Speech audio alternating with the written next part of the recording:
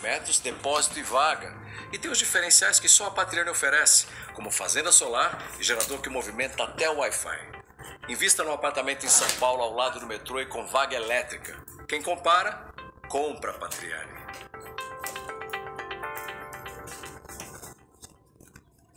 Criei a promoção Sidney Oliveira Ultra Premium pensando em você. Tem automóveis Renault Kwid 0 km, iPhone 14, PlayStation 5 e é claro, a famosa viagem à Terra Santa com direito a acompanhante. Basta comprar R$50 em produtos da linha Sidney Oliveira no site ou em todas as lojas do grupo Sidney Oliveira. E atenção, nas compras em lojas físicas, você ganha um cupom. É só raspar que vai aparecer um código. Basta acessar o site ultrapremio.com.br, cadastrar e incluir esse código e pegar o seu número da sorte. Se preferir, aponte a câmera do celular para o QR Code que te levará diretamente ao site da promoção. Quanto mais você comprar, mais chance você tem de ganhar.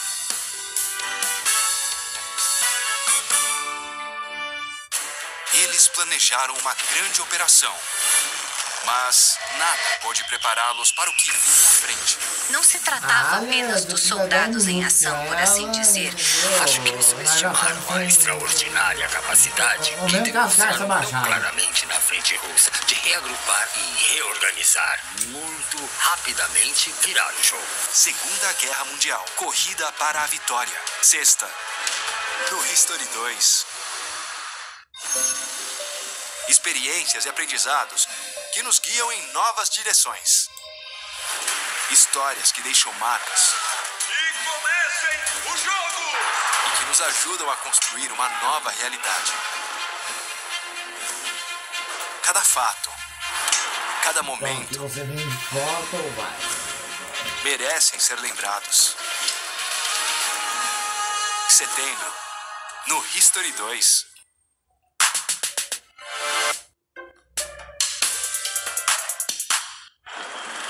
O plano de Vetrov era ter encontros semanais para a troca de documentos.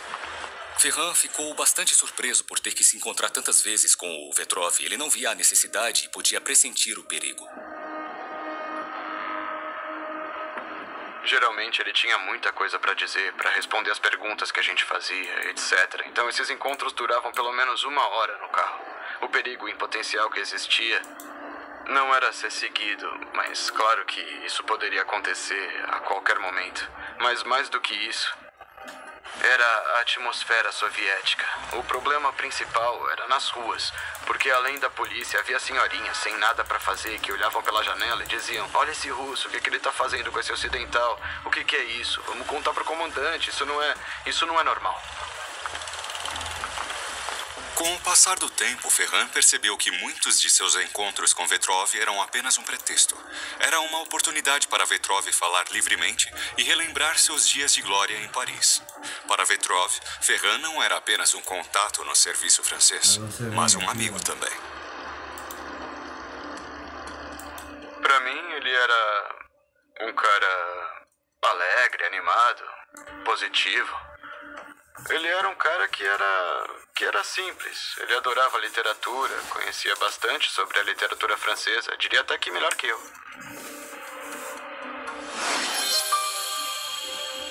Quando você está no mundo da inteligência, você não tem muitas oportunidades para ser expressivo ou para falar sobre si mesmo. É que isso não funciona bem no campo da inteligência. Mas isso não significa que a necessidade de uma conexão tenha sido eliminada. Muitas vezes você descobre que as pessoas que começam a espionar estão se sentindo descontentes e decepcionadas com a experiência delas ao trabalharem para o seu próprio serviço de inteligência. Elas não se sentem valorizadas, não são bem vistas, e isso deixa as pessoas famintas por alguém que as reconheça. Vetrov acabou revelando para Ferran sua verdadeira motivação para espionar. Ele traiu o regime. Ele não traiu a Rússia. Por muito tempo, ele reconheceu que o regime comunista havia permitido ele, que foi um menino pobre, permitiu a ele progredir, tornar-se engenheiro e morar no exterior e também concluir os seus estudos. Em certo momento, assim como acontece com muitos outros soviéticos, a crença no regime quando o regime começou a trair a si mesmo, aquele brilho nos olhos dele parou de existir. Paris, 10 de maio de 1981.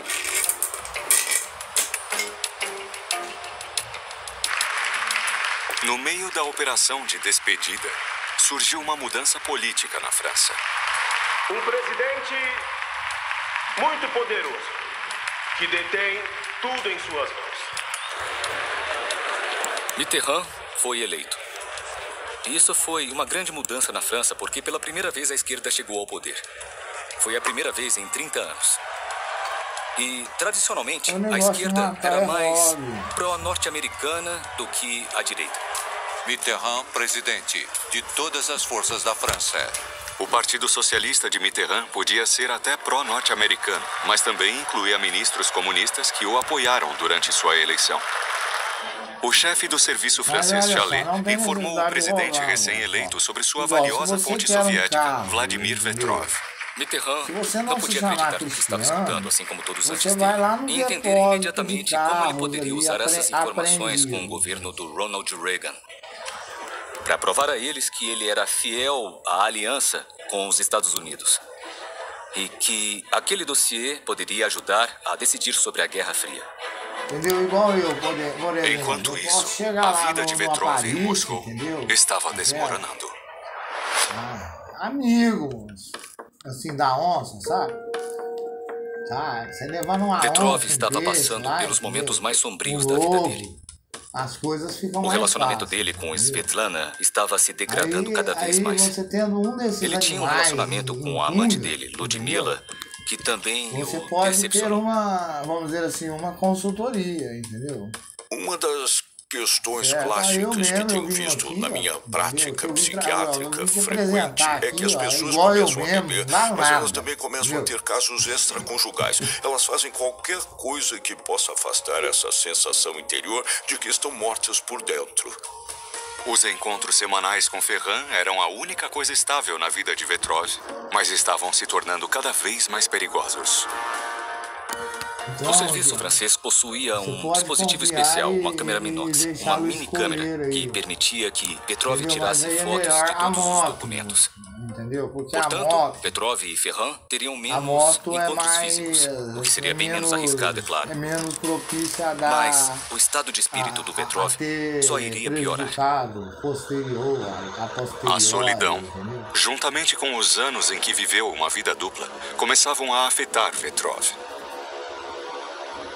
Ele falava sempre em deixar a Rússia e escapar usando o serviço da Embaixada da França.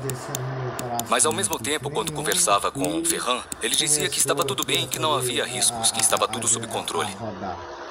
Isso nos dá uma ideia do nível de esquizofrenia que Vetrov estava atingindo naquele momento específico. Você se torna duas personalidades sob o mesmo teto. E depois de um tempo, com pessoas que passam por isso por muito tempo, você começa a perder a noção de quem você é de verdade. O estresse de sua vida pessoal estava fraturando ainda mais sua psique. O relacionamento de Vetrov com sua esposa não estava indo bem. E Ludmilla, sua amante, estava tentando chantageá-lo. Ela o flagrou fotografando informações sigilosas. Então, o que ela fez com essa informação? Ela devia ter entregado ele à KGB, mas não o entregou porque ela queria se casar. Então, ela disse, é hora de você deixar sua esposa e se casar comigo.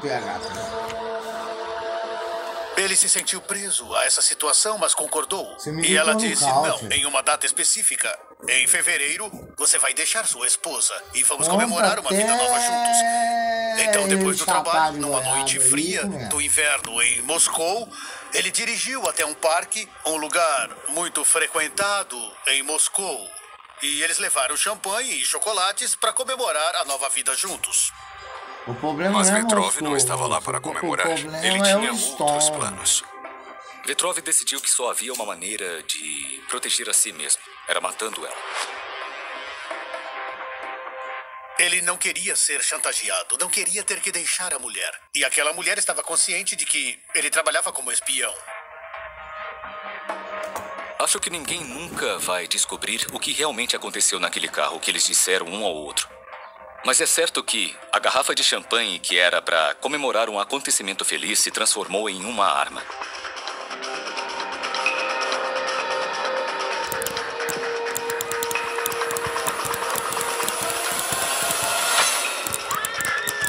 Enquanto Ludmila tentava se defender, Vetrov colocou a mão em seu porta-luvas, agarrou um quebra-gelo e então a esfaqueou no torso 22 vezes.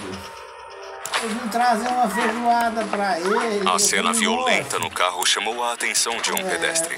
Sem maldade, entendeu? Vetrov não queria deixar nenhuma testemunha, então ele também o esfaqueou. Ele foi em nome de o trem, e o trem... Ele deu várias facadas no pedestre e uma dessas facadas foi fatal.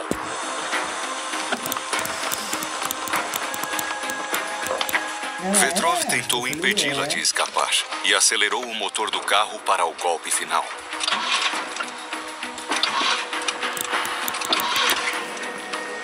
Mas um carro se aproximava e estragou seu plano. Ele deixou o corpo de sua amante na beira da estrada.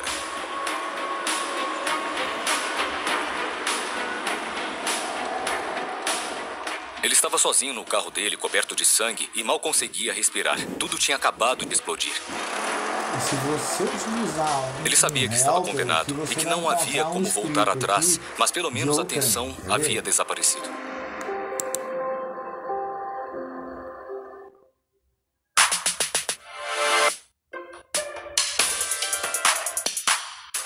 A espionagem sexual é o uso do sexo para fins de inteligência.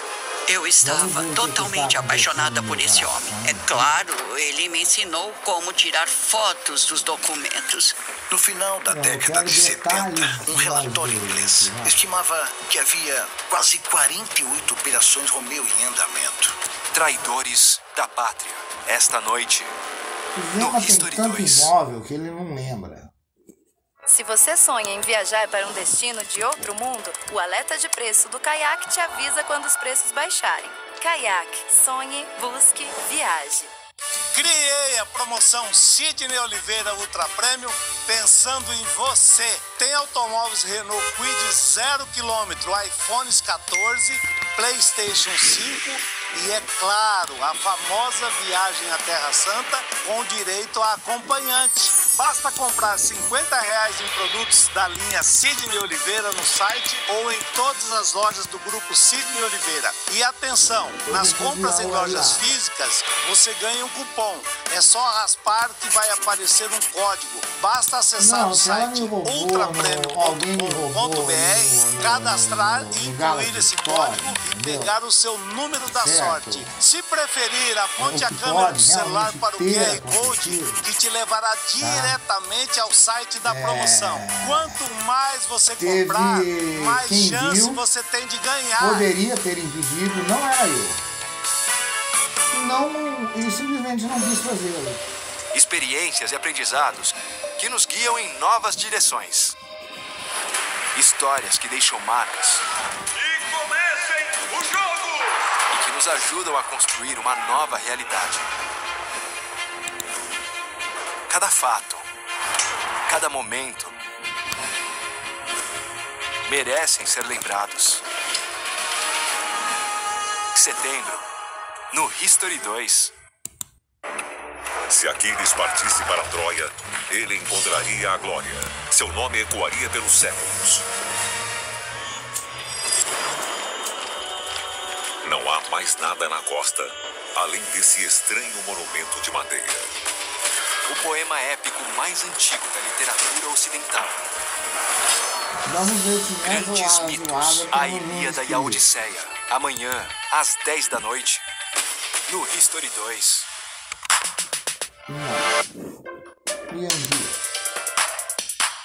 Como isso pode ter acontecido? Isso é muito estranho. Ele era um agente experiente da KGB. É uma desconexão da realidade que deve ter se desenrolado psicologicamente. E um crime daquela natureza, eles estavam tendo uma discussão bem acalorada, e fazer isso em um lugar praticamente público, isso já significa que as restrições sociais habituais foram imensamente afrouxadas. Nós chamamos isso de cérebro reptiliano, que tem pensamentos, interesses, desejos, vontades, e você acaba fazendo o que você quiser, que nem um jacaré. Então nós temos os lobos frontais, a parte frontal do seu cérebro que diz: por que não esperamos? Vamos pensar melhor sobre isso. Vamos discutir um pouco mais antes de fazer isso. Ele voltou para casa e contou para a esposa que havia acabado de matar alguém. E, surpreendentemente, Svetlana, como reflexo de uma boa esposa, ela pegou as roupas dele e as lavou para fazer desaparecer todos os rastros. Vladimir então saiu para buscar seu filho de 20 anos, Vladek. O filho podia sentir o cheiro de sangue no carro, então eles jogaram fora os tapetes do veículo. Ele levou o filho para casa e disse que provavelmente não os veria mais. E foi embora. 10 minutos após deixar Vladek em casa, Vetrov foi parado pela polícia e preso na beira da estrada. Havia um posto policial e aparentemente um alerta já havia sido dado para aquele veículo. Então o carro foi parado. Ele não ofereceu nenhuma resistência, não tentou fugir. E então ele foi levado para a polícia. Surpreendentemente, Ludmila sobreviveu ao ataque violento e foi encontrada ensanguentada e ferida no ponto de ônibus. Quando a polícia chegou, ela identificou Vetrov como seu agressor e forneceu à polícia a placa do veículo de Vetrov. Então, foi isso. Aquele foi o fim da liberdade do Vetrov. Eu me enterraria. E também foi o fim do dossiê de despedida. Porque depois daquela noite, Vladimir Vetrov nunca mais veria Patrick Ferrand em sua vida. O desaparecimento de Vetrov deixou o serviço francês completamente no escuro. Eles não sabiam se ele havia sido pego como agente duplo ou se ele havia decidido parar de colaborar com os franceses.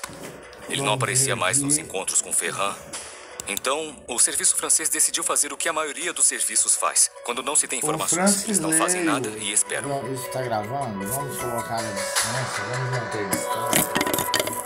Entendeu? Ô moça, Prisão de Lefortovo, Moscou, 24 de fevereiro de 1982.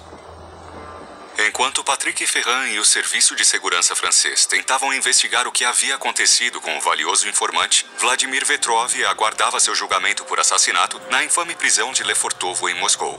Lefortovo é uma prisão bem normal. Eu mesmo já estive lá muitas vezes. Ela foi uma prisão exemplar em todos os aspectos: saneamento, higiene, alimentação, como todas as prisões deveriam ser. Espiões, sabotadores, terroristas, contrabandistas de moeda estrangeira. Então, essas eram as pessoas que eram presas e levadas para lá. Foguete, e também os agentes da KGB que haviam sido pegos por crimes civis em geral, como brigas, assassinatos, acidentes e por aí vai. Vetrov estava alojado com outros 2 presos em uma única cela. Eles escolhiam quem dividiria a cela cuidadosamente. Em Lefortovo, quando há alguma suspeita, eles verificam tudo. Um de seus companheiros de cela é o tenente-coronel da KGB, Valery Rechensky. Valery é um velho amigo meu.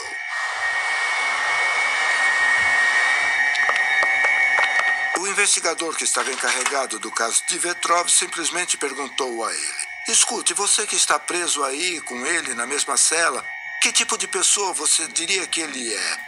E o Valery disse: Ele fica falando sobre o tempo que passou em Paris e no Canadá. Ele fica me contando sobre seus amigos, seus conhecidos no exterior. Nos 6 meses que Vetrov passou em Lefortovo, enquanto aguardava sua sentença, ele cooperou com a investigação do assassinato. Os investigadores são caras espertos e muito experientes. Viram que ele não estava agindo naturalmente. Vetrov estava cooperando com muito entusiasmo na investigação do assassinato que ele cometeu. Ele contou tudo e, de alguma forma, estava tudo acontecendo tão energicamente que deu a impressão de que ele queria terminar o mais rápido possível para receber logo sua sentença. Esse não é um comportamento natural para uma pessoa. Ele estava tentando esconder alguma coisa e não queria que eles fossem atrás e descobrissem o que ele estava ocultando. Então esse foi o ponto de partida, procurar os chamados espiões ou agentes do inimigo em geral, inclusive dentro dos nossos próprios serviços. Isso é uma ciência, é um sistema, mas quando você o encontra é apenas uma questão de técnica. Ele seria totalmente despido e eles pegariam pesado com ele. Ele esperava que fosse receber uma sentença branda. Mas, na realidade, ele acabou recebendo a sentença máxima para o tipo de crime que ele cometeu. Então, ele recebeu 15 anos por homicídio e tentativa de homicídio.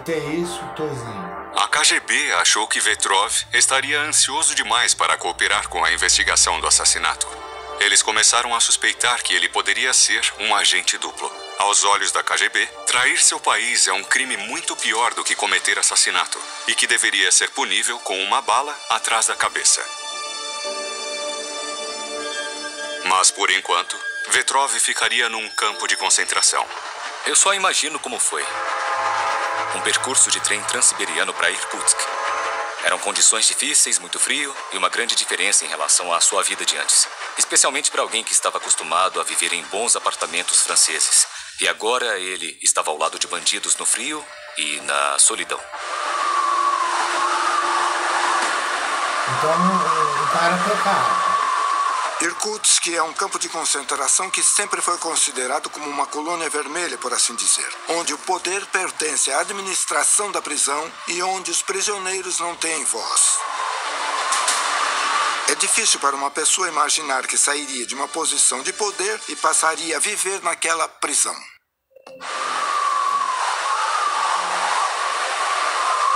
Irkutsk, na Sibéria, era o tipo de lugar para o qual os soviéticos mandavam aqueles que queriam esquecer. Vetrov, em uma carta para Svetlana, descreveu o campo de concentração como uma passagem pelo inferno.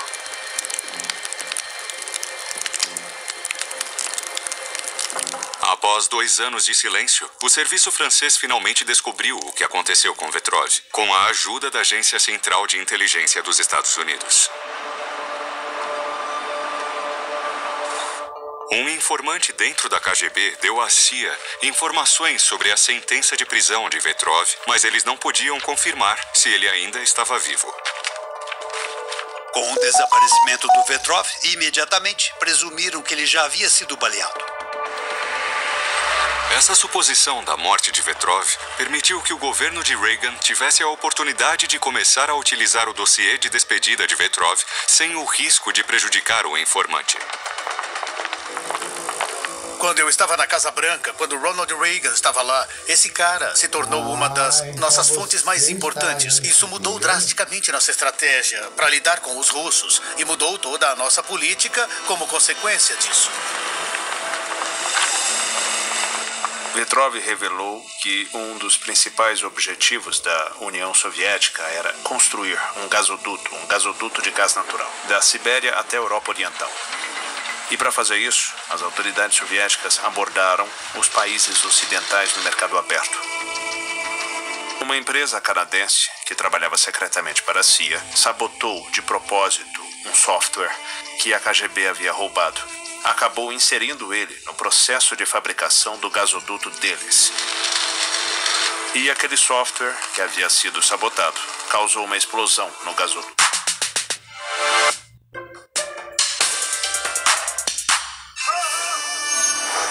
Uma antiga civilização que, ao longo dos séculos, causou intriga e fascínio. Suas habilidades no comércio e nos campos de batalha os levaram a conquistar grande parte da Europa. Um especial de 3 episódios que vai revelar a verdade sobre a ascensão e a queda dos Celtas, a história não contada. Terça, no History 2. Sérgio sempre quis ir para a Lua. E o filho dele sabe que no caiaque esse sonho pode se transformar numa viagem. Lá ele encontrou as passagens mais baratas. Hotéis que não são 5 estrelas. São uma constelação inteira. E o aluguel do carro, quer dizer, da nave espacial, foi facinho. 3, 2, 1, lançar! Comece a planejar sua viagem dos sonhos hoje mesmo. Caiaque, sonhe, busque, viaje. Tem lançamento da Patriane em São Paulo. 2 novos prédios, pertinho do metrô. Um próximo ao metrô Paraíso, outro do metrô Imigrantes, ao lado da Chácara Clabin. Mas atenção, não é estúdio. É apartamento de uma suíte, tem lavabo, sala, cozinha, varanda com churrasqueira a carvão e vaga para carro elétrico. Não é estúdio, hein? É apartamento de uma suíte com 47 metros, depósito e vaga. E tem os diferenciais que só a Patriane oferece, como fazenda solar e gerador que movimenta até o Wi-Fi. Invista num apartamento em São Paulo ao lado do metrô e com vaga elétrica. Quem compara, compra Patriane.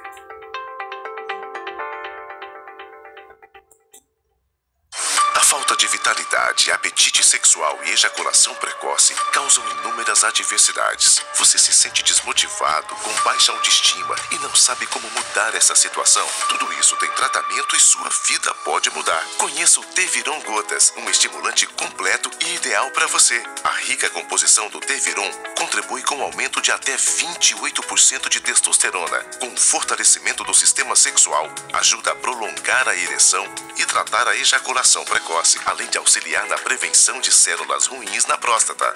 Ligue agora no 0800 e adquira o seu Teviron Gotas com rápida absorção e em poucos dias sinta melhora na sua vida sexual, profissional e pessoal. Trate os problemas que atingem quase metade dos homens de forma discreta e nada invasiva.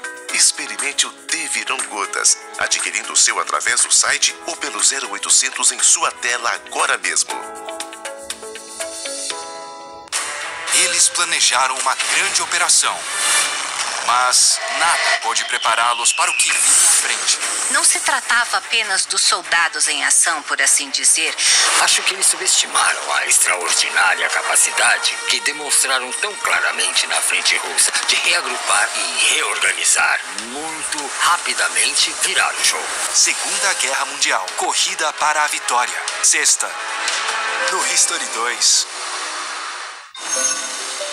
Experiências e aprendizados que nos guiam em novas direções. Histórias que deixam marcas. E comecem o jogo! E que nos ajudam a construir uma nova realidade. Cada fato, cada momento merecem ser lembrados. Setembro, no History 2.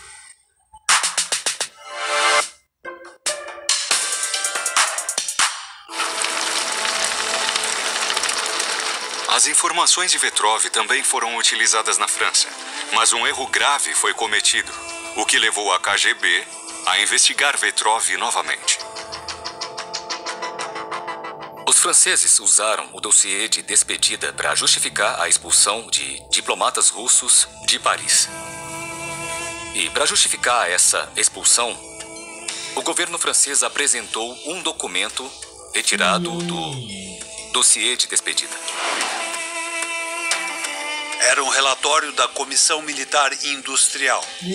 Ali estava escrito ultra secreto. O Ministério das Relações Exteriores informou a Moscou sobre esse relatório.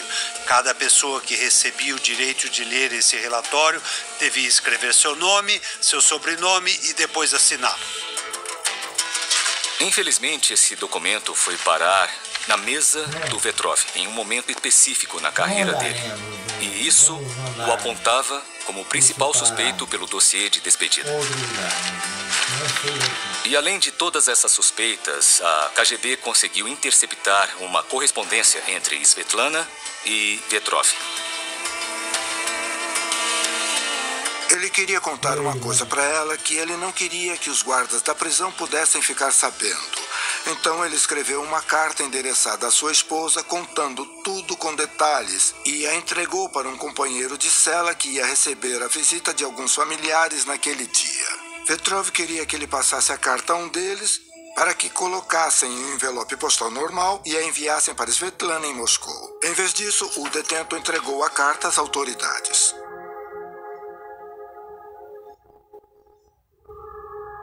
Essa carta foi a primeira prova real, que confirmava que Vetrov estava trabalhando como informante para os franceses.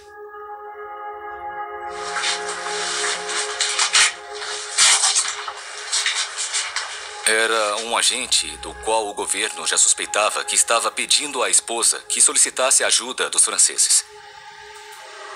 E ao mesmo tempo, os diplomatas russos foram expulsos da França.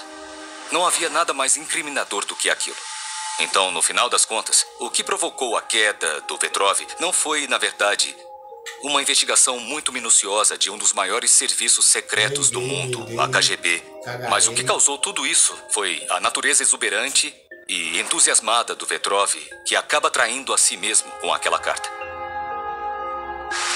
Logo depois que a carta foi escrita, Vetrov foi enviado de volta a Moscou para enfrentar acusações muito mais graves do que o assassinato passional da Ludmila.